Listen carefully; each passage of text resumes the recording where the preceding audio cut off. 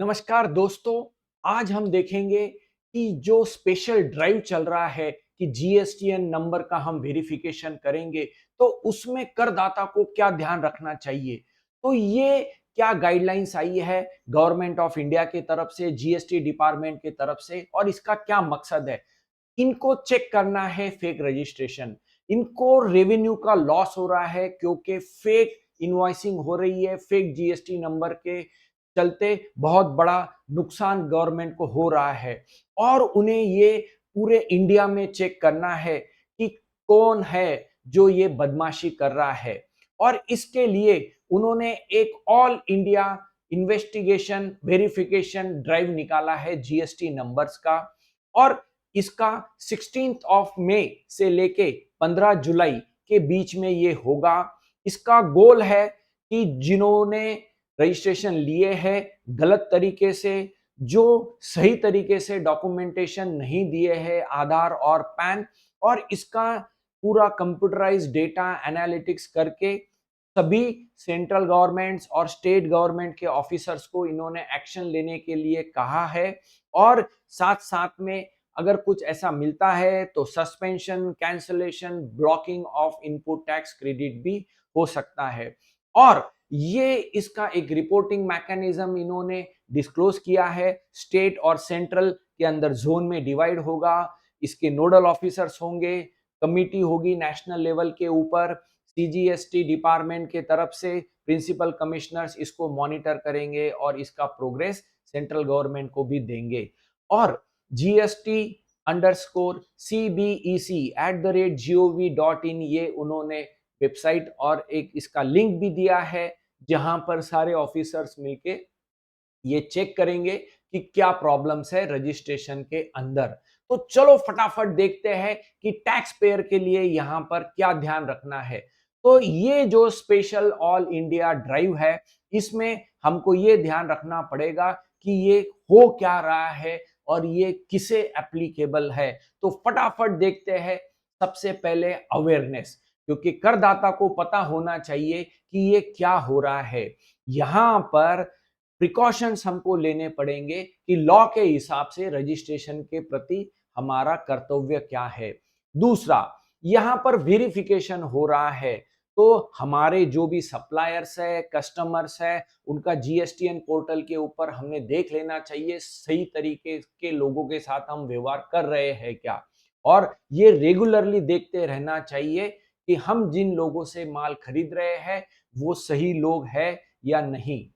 फिर हमको सही डॉक्यूमेंटेशन मेंटेन रखना जरूरी है। जो भी रजिस्ट्रेशंस के लिए electricity bill, property tax, rent agreements, Aadhaar, PAN, ये सारा क्रॉस वेरिफिकेशन के लिए हमको रखना पड़ेगा। अगर हमारा कोई सस्पिशियस जीएसटीएन के रिकॉर्ड के हिसाब से आता है तो।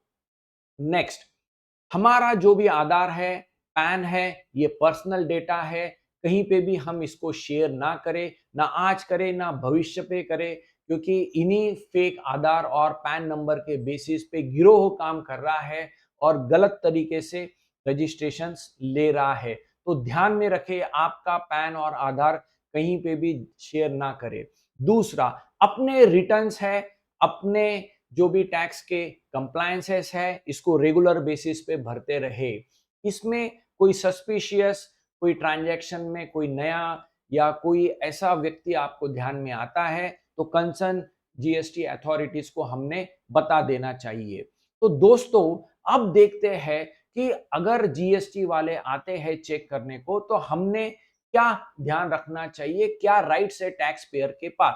सबसे पहले, राइट टू इंफॉर्मेशन।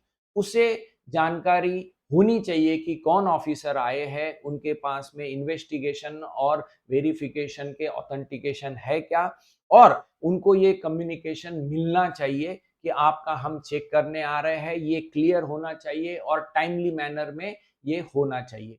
दूसरा, रिप्रेजेंटेशन का भी टाइम मिलेगा, क्योंकि ये हमारा लीगल राइट है। जीएसटी नंबर डिपार्टमेंट ने ही इशू किया है, तो हमारे लीगल प्रैक्टिशनर्स है, सीए है, एथोराइज रिप्रेजेंटेटिव्स है, इनका भी गाइडेंस हम ले सकते हैं अगर अथॉरिटीज वेरिफिकेशन के लिए आते हैं तो। फिर जो भी आधार पैन डिटेल है, जो भी इंफॉर्मेशन हमने दी है उसका ओरिजिनल रिकॉर्ड्स हमको उनको प्रोवाइड कर देना चाहिए और इसका कॉन्फिडेंशियलिटी और मिसयूज कोई ना करे, इसका भी ध्यान में रखना चाहिए। फिर कोई प्रॉब्लम आई वेरिफिकेशन में तो आपको अपील करने का राइट है, रिप्रेजेंटेशन करने का राइट है, डरने की जरूरत नहीं है। उन लोगों को डरना पड़ेगा जिन्होंने सस्पिशियस या फ्रॉडलेंट तरीके से, गलत तरीके से जीएसटी नंबर लिए होंगे। लास्ट में ये ध्यान में रखें कि हम जेन्युइन टैक्स पेयर अगर है तो मुझे घबराने की जरूरत नहीं है। फ्रॉडलेंट टैक्स पेयर्स के लिए ये ड्राइव है। हमारा जीएसटीएन नंबर हम हमारे प्लेस ऑफ बिजनेस के ऊपर डिस्प्ले करें। जो भी पेंडिंग रिटर्न्स है, जो भी कंप्लायंसेस है वो करके रहे।